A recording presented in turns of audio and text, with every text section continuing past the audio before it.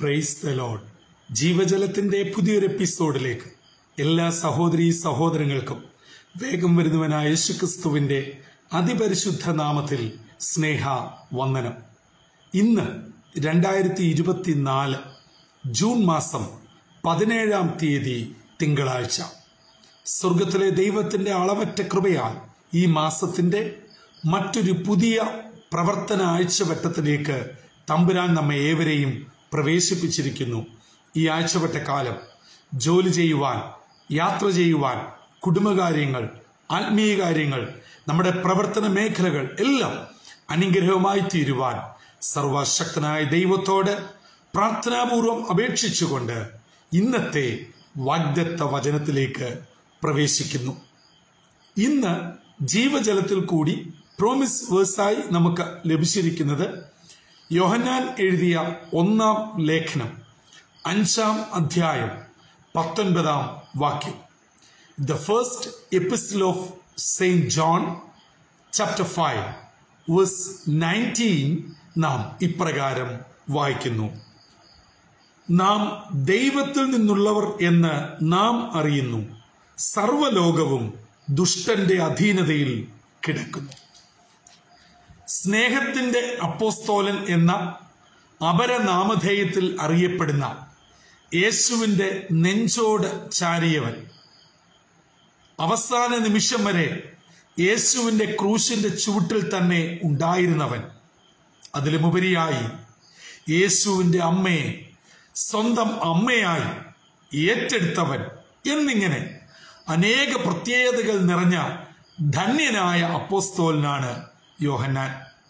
യോഹന്നാനാൽ പുതിയ നിയമത്തിൽ നമുക്ക് 5 പുസ്തകങ്ങളാണ് ലഭിക്കപ്പെട്ടിരിക്കുന്നത്. യോഹന്നാന്റെ സുവിശേഷം, 1, 2, 3 ലേഖനങ്ങൾ, അതുകൂടാതെ പുതിയ നിയമത്തിലെ പ്രവചനം എന്നറിയപ്പെടുന്ന ലോക അവസാനം വരെയുള്ള സകല കാര്യങ്ങളും കോർത്തിണക്കിയ വെളിപ്പാട് പുസ്തകം. അങ്ങനെ വയോവൃദ്ധനായ യോഹന്നാൻ ചിതറിപ്പാർക്കുന്ന ദൈവജനത്തിനു വേണ്ടി ധന്യമായി 3 ഹ്രസ്വലേഖനങ്ങൾ എഴുതിയതിൽ 1-ാം ലേഖനത്തിന്റെ അവസാന വാക്യങ്ങളിലേക്കാണ് ഇന്നത്തെ വാഗ്ദത്ത വചനം നമ്മെ ക്ഷണിക്കുന്നത്. 2 കാര്യം ഇന്നത്തെ വാഗ്ദത്ത വചനത്തിൽ കൂടെ അപ്പോസ്തോലൻ നമ്മോട് സംസാരിക്കുന്നു. 1, ഞാൻ ആരാണ് എന്ന് ഞാൻ സ്വയം അറിഞ്ഞിരിക്കണം. ഞാൻ ദൈവത്തിനുള്ളവനാണ്, ദൈവ പൈതലാണ്, ദൈവ കുടുംബത്തിൽ ജനിച്ച് വളർന്നതാണ്. അതേ സമയത്ത് അങ്ങനെ ഒരു ദൈവ പൈതലായിരിക്കുന്ന ഞാൻ ജീവിക്കുന്ന സ്ഥലം ഏതാണ് എന്ന് തിരിച്ചറിഞ്ഞിരിക്കണം. അതാണ് 2-ാമത്തെ കാര്യം. സകല ലോകവും ദുഷ്ടന്റെ അധീനതയിൽ കിടക്കുന്നു. ഞാൻ അതിനെക്കുറിച്ച് ഒരു വിധത്തിലും വിവരിക്കേണ്ട ഒരു കാര്യം ഇന്ന് ആവശ്യമില്ല. കാരണം ഇന്നത്തെ സോഷ്യൽ മീഡിയ, പത്രമാധ്യമങ്ങൾ ഇവയൊക്കെ കണ്ടാൽ ഇന്ന് ഒരു 50 മുതൽ മുകളിലോട്ട് പ്രായമുള്ളവർ അതിശയിക്കുന്ന വിധത്തിലാണ് 10-നും 15-നും ഇടയിൽ പ്രായമുള്ള കൊച്ചുകുട്ടികൾ എന്ന് പറയുമ്പോൾ UP സ്കൂൾ, ഹൈസ്കൂൾ നിലവാരത്തിലുള്ള കുഞ്ഞുങ്ങൾ ചെയ്തു കൂട്ടുന്നത് പ്രായമുള്ളവർക്ക് അത്ഭുതം തോന്നും. ഇത് ഈ കുട്ടിയാണോ, അത് ആൺകുട്ടിയെന്നും പെൺകുട്ടിയെന്നും വ്യത്യാസമില്ലാതെ ഇന്ന് സകലവും കൈമോശം വന്നിരിക്കുന്നു. മാതാപിതാക്കളെ ഭയമില്ല, സഹോദരങ്ങളെ ഭയമില്ല, മുതിർന്നവരെ ഭയമില്ല, നമ്മളെ നയിക്കുന്ന അധ്യാപകരെ ഭയമില്ല, സഭാ നേതൃത്വത്തെ ഭയമില്ല. എന്തിന്? ദൈവത്തെ പോലും ഭയവും വിചാരവുമില്ലാത്ത ദുഷ്ടന്റെ അധീനതയിലായിരിക്കുന്ന ഒരു ലോകം, ഒരു കാലഘട്ടം, അതിലുമുപരിയായി ഒരു തലമുറ. നമുക്കെന്ത് ചെയ്യാൻ പറ്റും? പ്രാർത്ഥിക്കാൻ പറ്റും. പ്രാർത്ഥന കൊണ്ട് മാറാത്തത് ഒന്നുമില്ല. ഇത് അന്ത്യകാലമാണ്, അതിലുമുപരിയായി കലികാലമാണ്. എന്നൊക്കെ നമ്മൾ പേരിട്ട് വിളിച്ചാലും എന്നെ കേൾക്കുന്ന എൻ്റെ പ്രിയ മാതാപിതാക്കളെ, സഹോദരങ്ങളെ, ഇന്നത്തെ തലമുറ ഇന്നത്തെ വാഗ്ദത്ത വചനപ്രകാരം ഭീകരമായ അന്തരീക്ഷം ഭവനത്തിനകത്ത് സൃഷ്ടിക്കുകയാണ്. എന്റെ കഴിഞ്ഞ 33 വർഷത്തെ സുവിശേഷ യാത്രയുടെ, സുവിശേഷ വേലയുടെ മുഖത്തുള്ള അനുഭവത്തിൽ പറയട്ടെ, ഇന്നത്തെ നമ്മുടെ ഭവനങ്ങൾ നിയന്ത്രിക്കുന്നത് ശരിക്കും പറഞ്ഞാൽ 5 വയസ്സിനും 10 വയസ്സിനും ഇടയിലുള്ള കുട്ടികളാണ്. നിങ്ങൾ തുറന്നെന്നോട് സമ്മതിക്കത്തില്ലെങ്കിലും ഉള്ളുകൊണ്ട് പറയും, അതെ, ഈ ബ്രദർ പറയുന്നത് ശരിയാണ്. ഞാൻ വളരെ വേദനയോടെ പറയട്ടെ, പല ഭവനങ്ങളിലും മാതാപിതാക്കളും ഗ്രാൻഡ് പേരൻസും കുട്ടികളെ ഭയന്ന് ജീവിക്കുന്ന ഒരവസ്ഥയിലെത്തി. എന്താ കാര്യം? ദുഷ്ടന്റെ അധീനതയിലാണ്. ദൈവഭയമില്ല.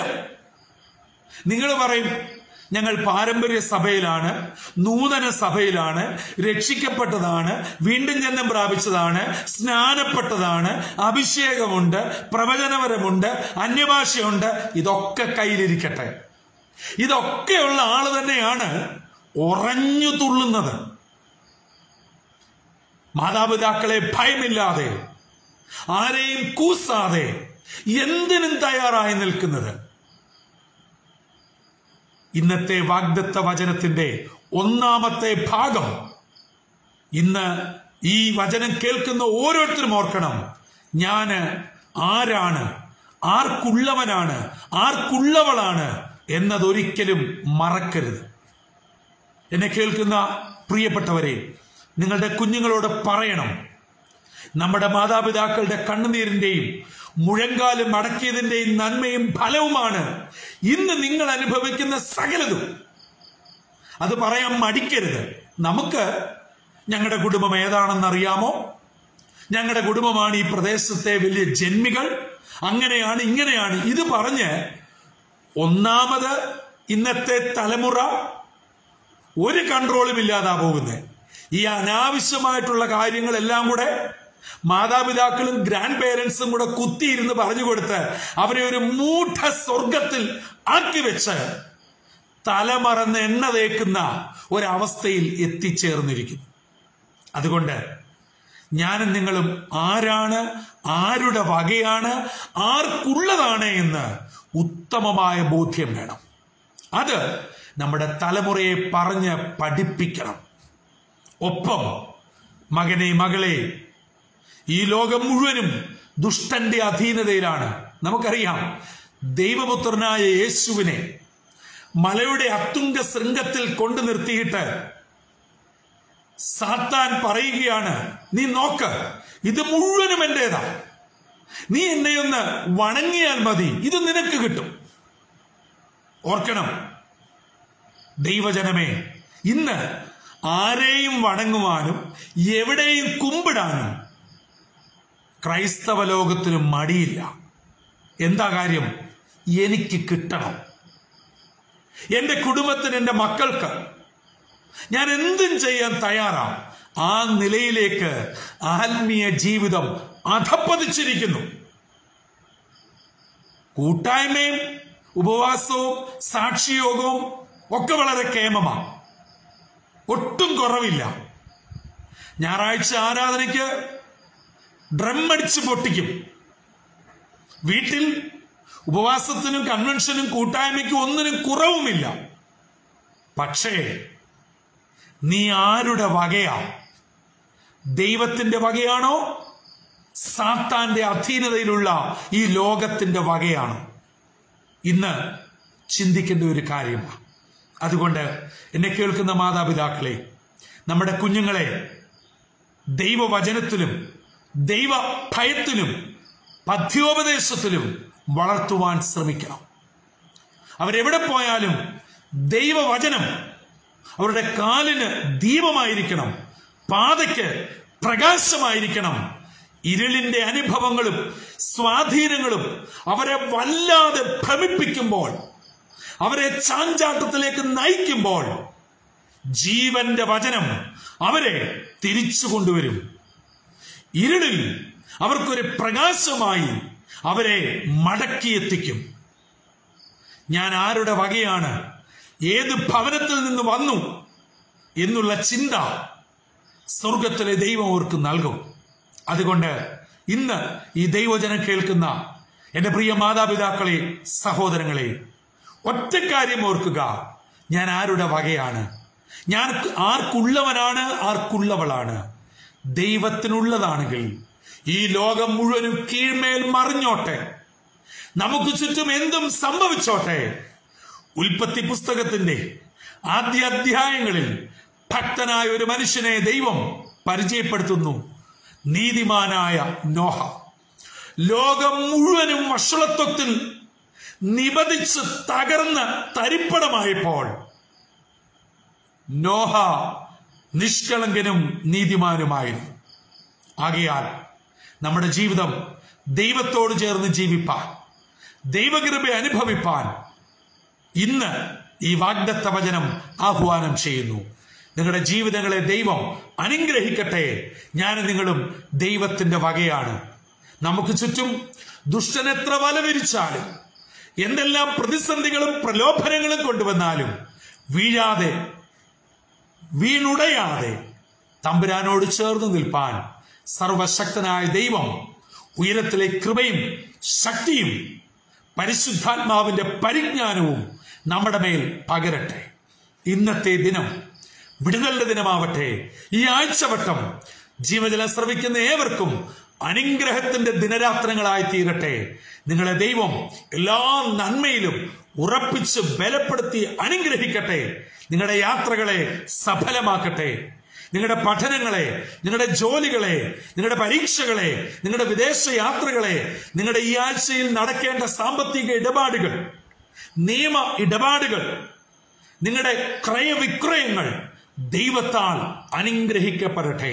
അങ്ങനെ സമസ്ത മേഖലയും തമ്പുരാൻ അനുഗ്രഹിച്ച് മാനിക്കട്ടെ. കാരണം ഞാനും നിങ്ങളും ദൈവത്തിനുള്ളവരാണ് എന്ന് നാം അറിയുന്നു. എനിക്കുറപ്പുണ്ട്, ഞാൻ ദൈവത്തിന്റെ വകയാണ്.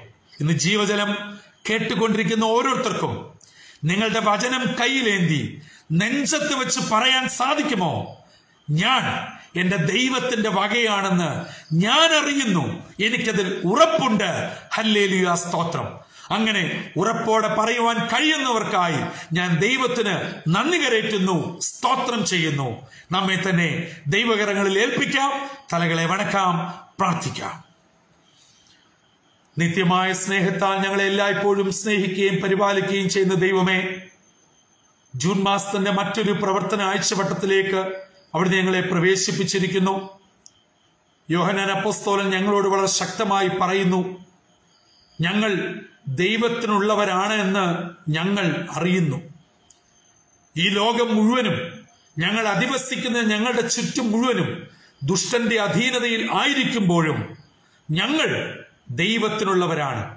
എൻ്റെ കുടുംബം ദൈവത്തിനുള്ളതാണ്, എൻ്റെ മക്കൾ ദൈവത്തിനുള്ളതാണ്. ഈ ഒരു ഉറപ്പ് ഞങ്ങളുടെ ഉള്ളങ്ങളിൽ നൽകണമേ. ഇനി ഞങ്ങളെ കേൾപ്പിച്ച വചനപ്രകാരം ഞങ്ങളുടെ ജീവിതങ്ങളെ ക്രമപ്പെടുത്തുവാൻ, അങ്ങയോട് ചേരുവാൻ, അങ്ങയിലേക്ക് അനേകരെ നയിപ്പാൻ ഞങ്ങളെ സഹായിക്കണം. ഈ ദിനം, ഈ ആഴ്ചവട്ടം അനുഗ്രഹത്തോടെ, ദൈവകൃപയോടെ, സന്തോഷത്തോടെ ഞങ്ങളെ നടത്തണമെന്ന് യേശുക്രിസ്തുവിൻ നാമത്തിൽ അപേക്ഷിക്കുന്നു. കൃപയോട് കേട്ട് ഉത്തരമരുളുമാറാകണമേ. ആമീൻ, ആമീൻ, ആമീൻ. പ്രിയ സഹോദരി സഹോദരങ്ങളെ, ഞാനും നിങ്ങളും ആരാണ് എന്ന് സ്വയം തിരിച്ചറിയുന്നതാണ് ജീവിതത്തിലെ ഏറ്റവും ഭാഗ്യകരമായ അവസ്ഥ. ഞാൻ ദൈവത്തിന്റെ വകയാണ്, ഞാൻ ദൈവത്തിന്റെ മകനാണ്, മകളാണ്. എനിക്ക് ചുറ്റും എന്തും നടന്നോട്ടെ, ആരും എങ്ങനെയും പ്രവർത്തിച്ചോട്ടെ, പറഞ്ഞോട്ടെ, അതും എന്നെക്കുറിച്ചും പറഞ്ഞോട്ടെ, പക്ഷെ എനിക്കുറപ്പുണ്ട് ഞാൻ ആരുടെ വകയാണ്. ആ ഉറപ്പോടെ, ആ ധൈര്യത്തോടെ, ആ ദൃഢനിശ്ചയത്തോടെ ഇന്നത്തെ ദിനത്തിലേക്ക്, പുതിയ ആഴ്ചയിലേക്ക് നമുക്ക് പ്രവേശിക്കാം. സർവശക്തനായ ദൈവം നിങ്ങളെല്ലാവരെയും അനുഗ്രഹിച്ച് നന്മയോടെ, ദൈവകൃപയോടെ, ആയുസ് ആരോഗ്യത്തോടെ പരിപാലിക്കട്ടെ.